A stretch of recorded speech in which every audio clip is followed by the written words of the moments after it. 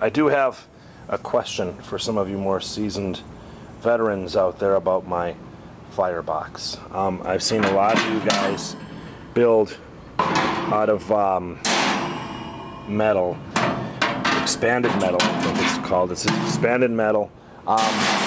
Basically a box with all four sides and a bottom to it, and you guys usually seem to set those inside of your fire boxes, and it comes up what would be, in a sense it would come up this high up the firebox perhaps, so that way you can have a little higher fire in there and stuff like that. But I don't know why that's being done, because it seems like it would create a larger, hotter fire, and that would give me a much hotter temperature inside of my cooking chamber. I don't understand that part. Maybe somebody could explain that. I have to try to figure that out. And then why is it that it wouldn't be such a hot idea to take charcoal and put it on top of here and then light that for temperature stuff, and then put these grates in, which are about 5, maybe 6 inches or so, 6 inches above this other one, and then I could just put hardwood on top of here. The hardwood wouldn't burst into flames and stuff, and it would just smoke.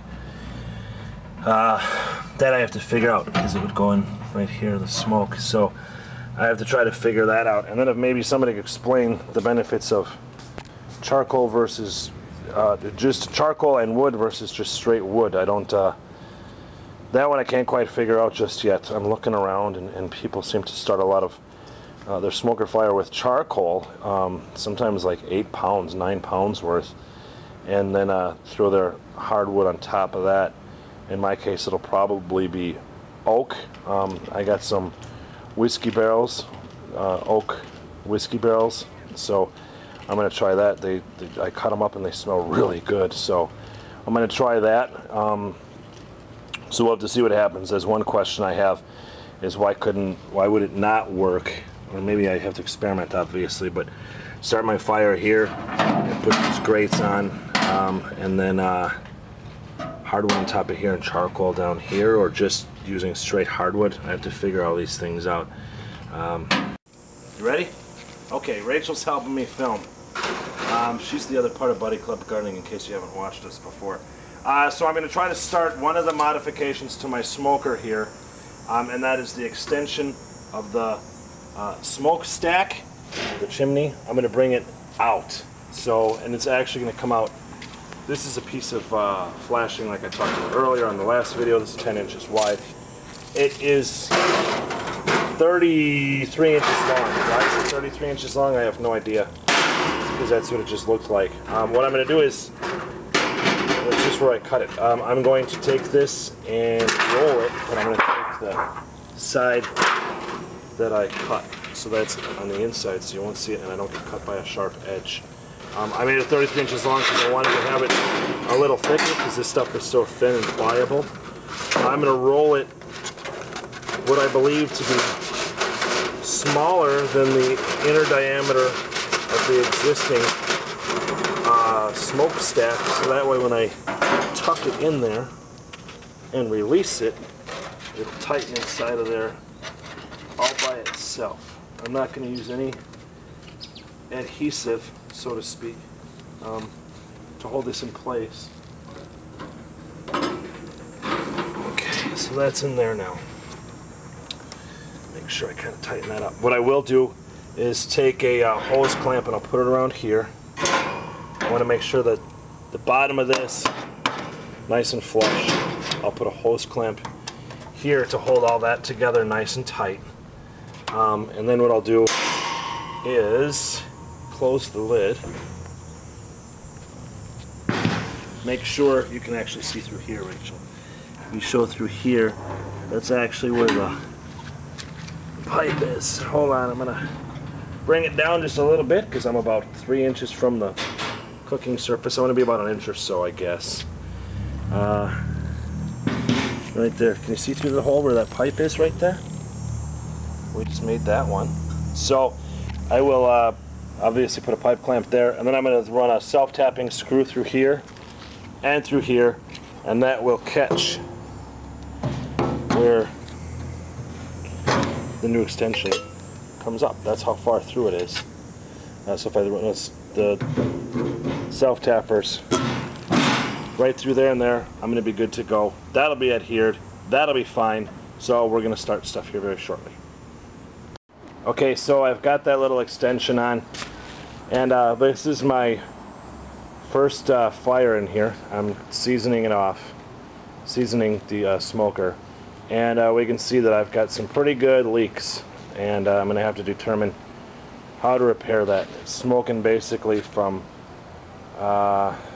those gaps are smoking like crazy that we looked at with the lid open. The whole front lid is smoking like crazy. I mean, everything's escaping. So pretty much every orifice on this grill is leaking. So I'll have to figure all that out. Be a bit of a challenge, but I'll figure it out. Here's what I'm using. I'm just using a little bit of Kingsford charcoal, some cowboy lump charcoal, and 2 pieces of oak. Pieces of oak whiskey barrel that were left over. So we'll see what's going on. I'm gonna go grab a couple digital thermometers, and I'll lay them here and put the probe inside and see what I got going on.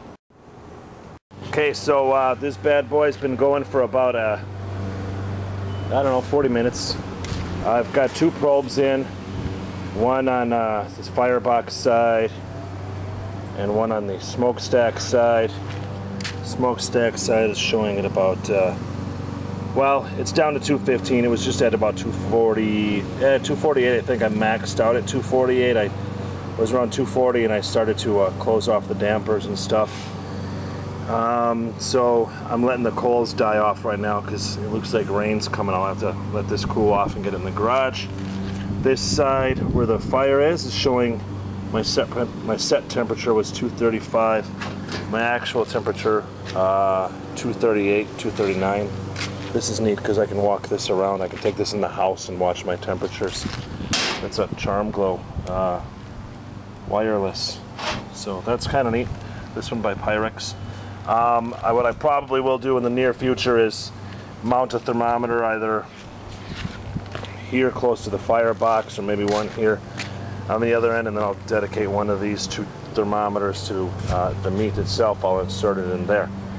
I think I'm doing pretty well so far. Like we saw, there's a whole lot of improvements to be made as far as sealing this thing up. I'm gonna have to kind of seal up the firebox like we talked about, and just that little bit of fire, there's really not that much in there at all. Did pretty good. So apparently I'm not going to need a whole ton of fuel in there, and definitely going to be a little bit more charcoal than hardwood, I think, just from this one test run.